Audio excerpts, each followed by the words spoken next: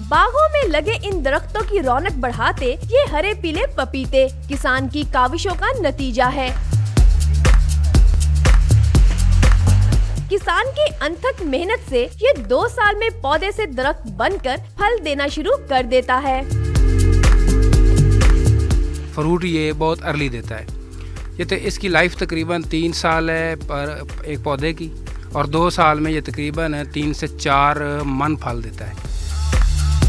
मौसमी सौगात जब बागों से बाजारों में पहुंचती है तो फल को बड़े ही नराले अंदाज में तराश कर रेडी की जीनत बनाया जाता है ताकि शहरी इसकी जानिब राग़िब हो सकें।